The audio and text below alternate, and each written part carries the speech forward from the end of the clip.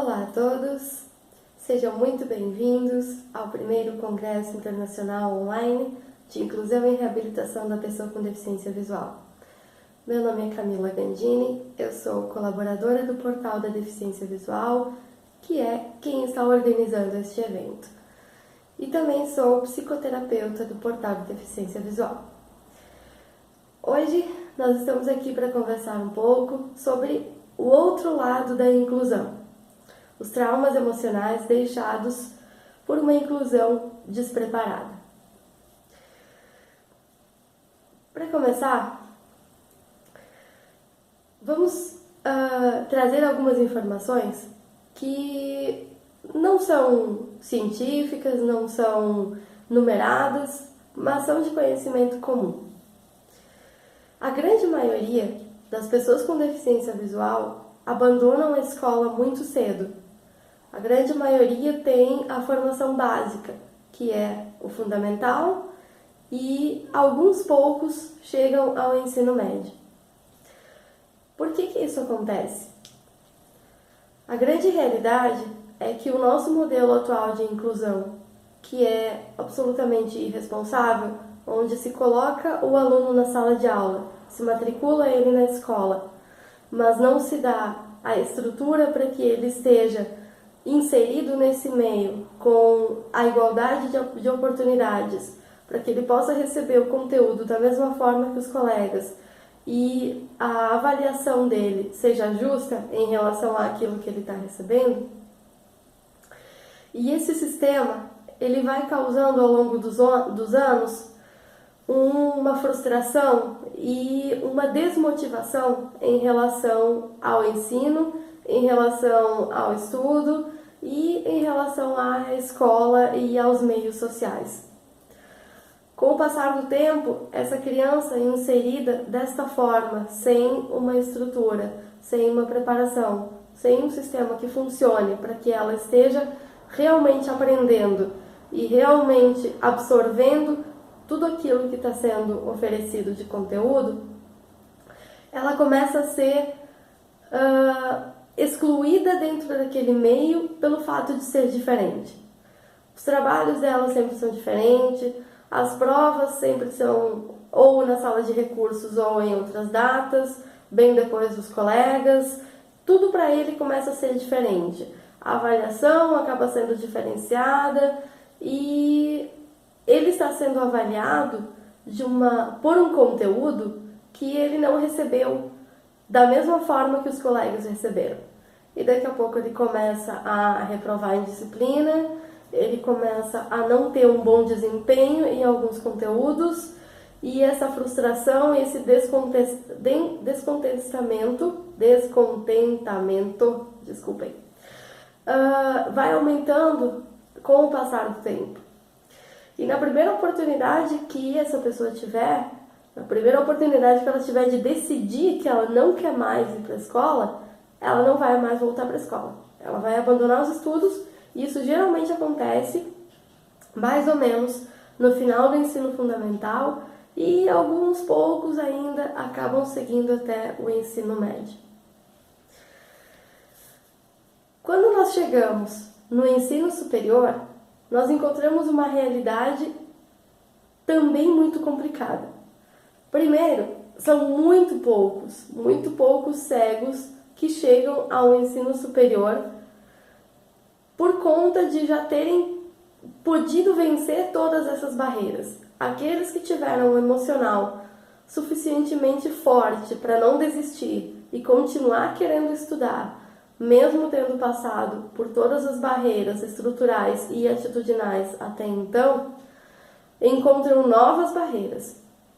No caso do ensino superior, o primeiro grande desafio é decidir o que é que nós vamos fazer. Qual vai ser a minha formação? E no momento de decidir qual vai ser a minha formação, começa a primeira influência da sociedade. Por exemplo, eu como pessoa cega não posso decidir que eu quero fazer medicina. Eu como pessoa cega não posso decidir que eu quero fazer... Eu vou citar um exemplo pessoal meu, fonoaudiologia, que foi o primeiro curso para o qual eu me matriculei numa universidade. E aí eu acabo submetido a aquilo que já se pré-estabeleceu que funciona, que dá para o cego fazer. Por exemplo, existe uma grande quantidade de cegos que fazem curso de direito, outra grande quantidade que faz curso de psicologia. Alguns loucos se aventuram na pedagogia, o que nem sempre dá certo. Daqui a pouco eu vou citar um exemplo desses. E a gente enfrenta primeiramente a pressuposição das pessoas daquilo que a gente pode e aquilo que a gente não pode fazer. E a partir do momento em que eu me matriculo num curso que foi pré-determinado que eu não posso fazer, as minhas barreiras vão ser, além de estruturais, absolutamente atitudinais. A maioria dos cegos que se aventuram a fazer cursos que não são padronizadinhos, aquele que o cego deve fazer, aquele que a instituição aceita que o cego faça, de modo geral acaba desistindo no meio do curso por conta da pressão da pressão psicológica que é jogada sobre ele. Eu vou falar um pouquinho aqui nesse caso de um exemplo meu que é muito ilustrativo. A primeira vez em que eu fiz o vestibular, eu fiz para fonoaudiologia. Dentro do curso de fono, eu queria me focar na parte de voz. Eu queria trabalhar com canto coral, com parte vocal, com reabilitação vocal e etc. Eu fiz meu vestibular para URGS, que é a Universidade Federal do Rio Grande do Sul, e fiz para a UFSM, que é a Universidade Federal de Santa Maria, também aqui no centro do estado do Rio Grande do Sul. Passei nas duas universidades, por uma questão pessoal da minha família, eu acabei indo estudar em Santa Maria. Essa universidade conta com um núcleo de acessibilidade. O vestibular foi perfeito. Eu tive todo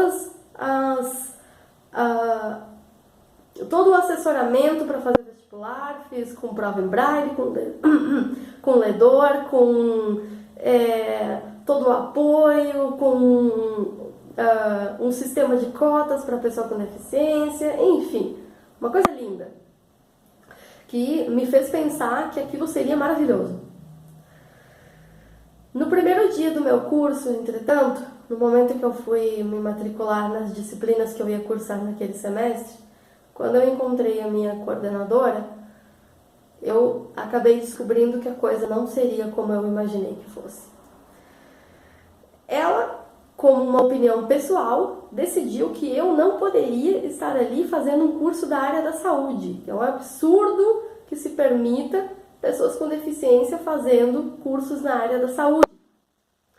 E ela já me deixou bastante claro ali no começo que eu não conseguiria passar pela disciplina que ela ensinava, que era a audiometria. E que por conta disso eu não ia conseguir terminar o curso. Mesmo assim, como eu era absolutamente independente para estudar, eu resolvi enfrentar a situação e tentar provar para eles que eu podia. Eu fiz 2 semestres, em cada qual eu cursei 10 ou 11 disciplinas. Em todas elas eu fui aprovada, sem ter a menor estrutura, porque o núcleo de acessibilidade deles, na verdade, não funciona para absolutamente nada. Eles criaram uma burocracia naquele sistema que faz com que não funcione. E o núcleo lá serve basicamente para preparar material adaptado, quando na verdade nós precisaríamos de um núcleo que prestasse a assistência necessária e não que ficasse tentando tutelar os alunos. E aí eles tentaram me tutelar de alguma forma. Eu não permiti, porque eu tinha independência para estudar, eu não precisava de ninguém que ficasse me mandando materialzinho escaneado e blá blá blá, porque eu sabia me virar. E eu fiquei me debatendo com a universidade por mais ou menos 2 semestres inteiros.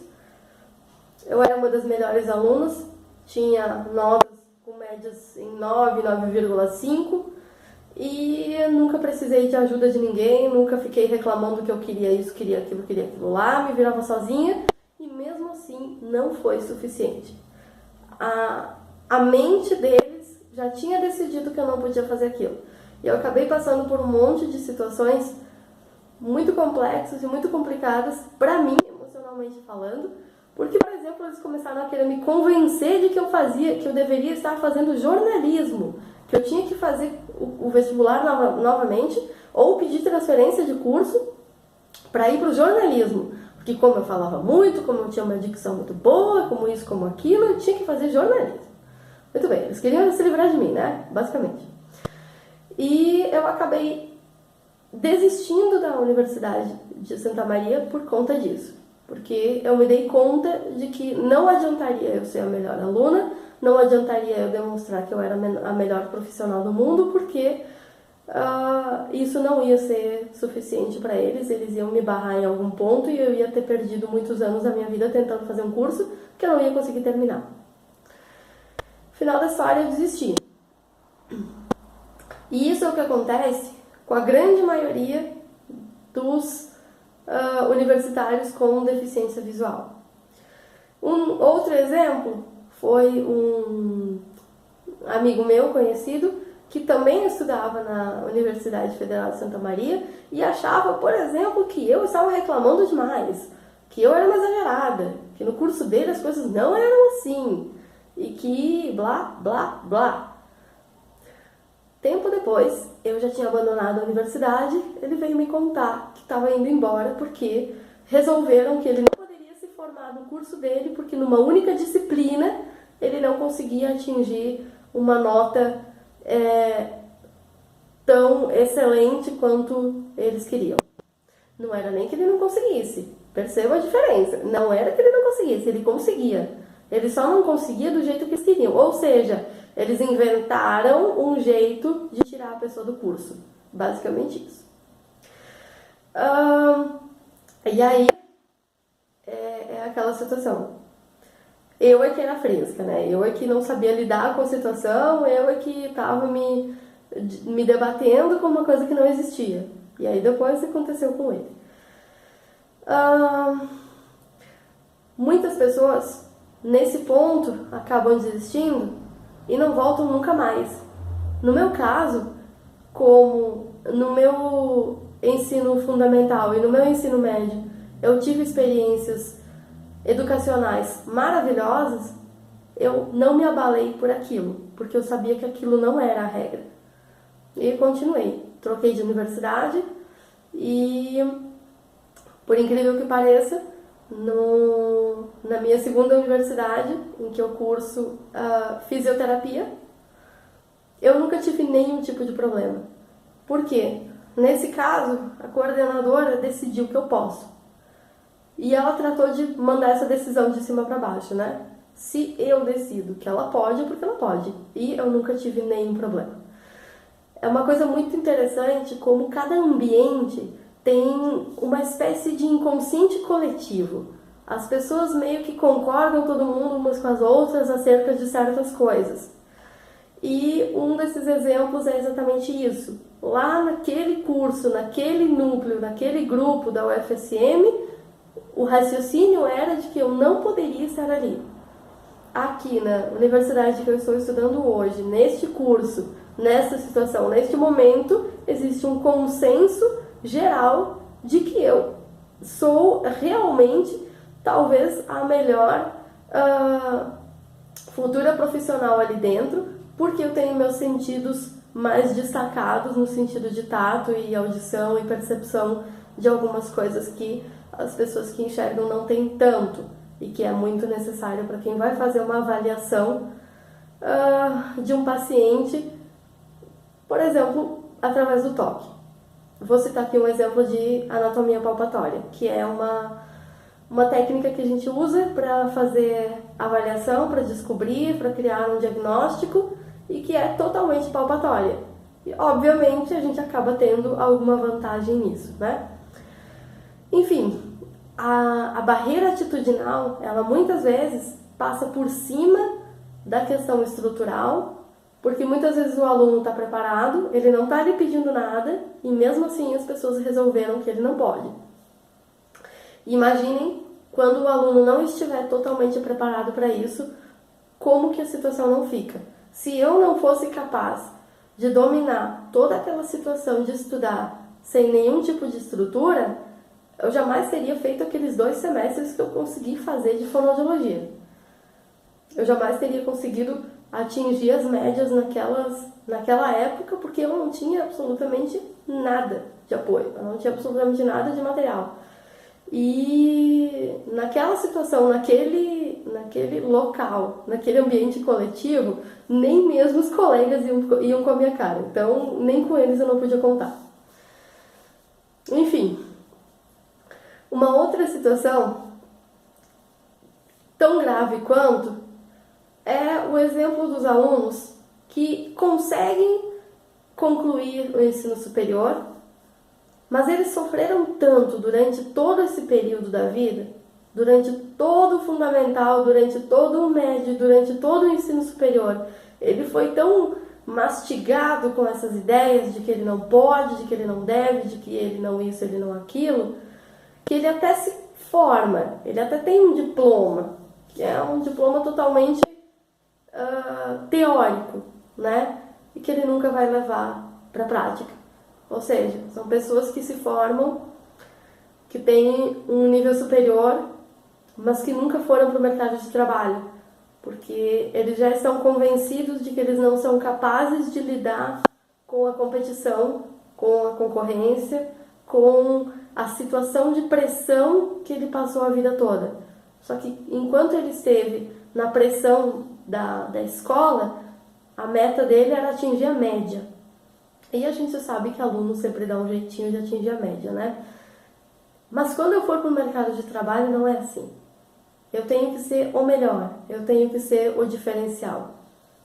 E a pessoa com deficiência visual que passou por todo esse processo, que está extremamente desmotivada, frustrada e sem ânimo para continuar brigando com o mundo e dando a cara a tapa, acaba desistindo de continuar e volta àquela velha situação de ser um encarcerado que vive em casa, sendo sustentado pelo salário que o governo paga a pessoa com deficiência, sem uma atividade laboral, sem convivência social, de tanto que ele se frustrou, de tanto que ele se desmotivou, de tanto que o emocional dele foi fragilizado e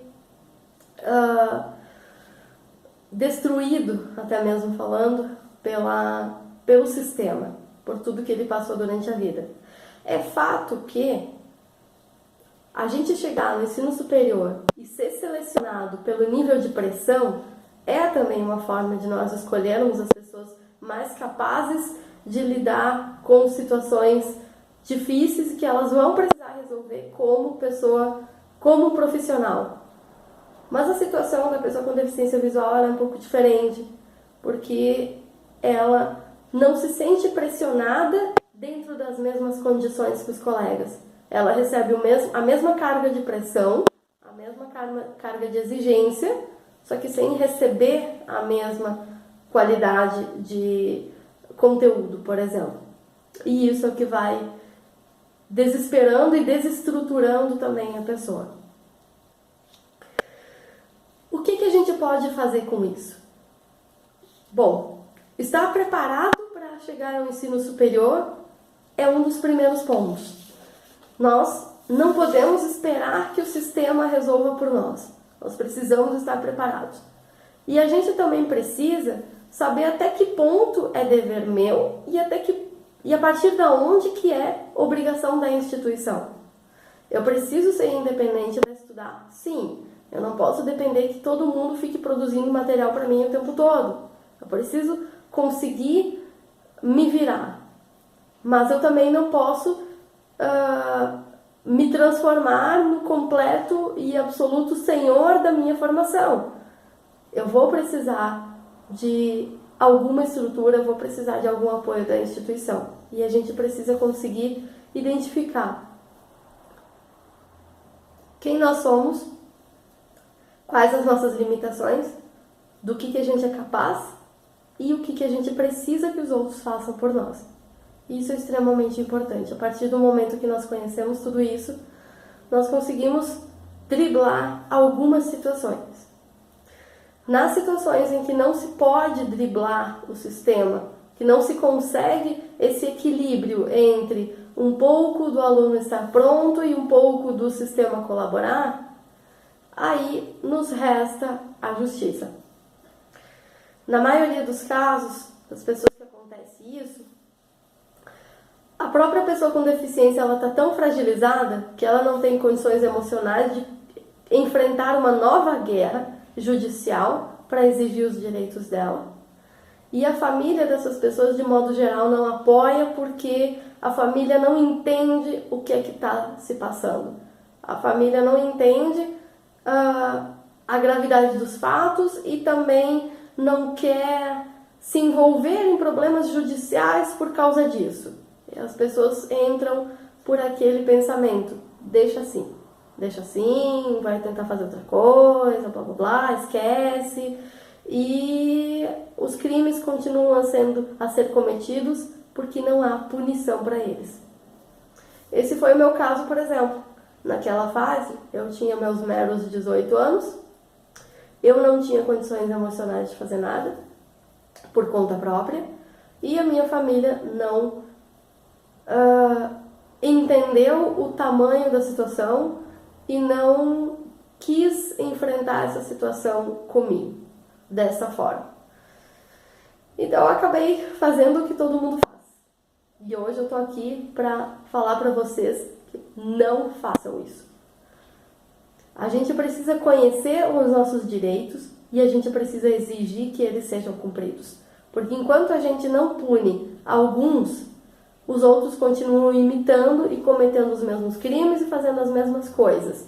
E cada vez mais pessoas acabam nessa situação de frustração, de desestrutura emocional, que os faz praticamente desistir da própria vida, desistir de viver, desistir de conviver socialmente, de seguir a própria carreira, de ter uma vida profissional satisfatória, que é direito de todos nós. Então, a dica que eu deixo é basicamente essa. Nós precisamos lutar pelos nossos direitos, para que a sociedade entenda que a gente não está aqui para ouvir desaforo e levar para casa. Ok? Muito obrigada pela atenção de vocês.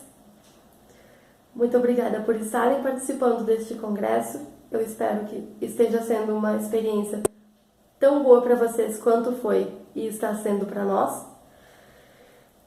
E até uma próxima. Lembrando, perguntas para a gente continuar discutindo esse assunto aqui pelo fórum da página ou pelo meu e-mail. Fiquem à vontade para questionar e continuar discutindo isso comigo e com os outros participantes. Muito obrigada e até uma próxima.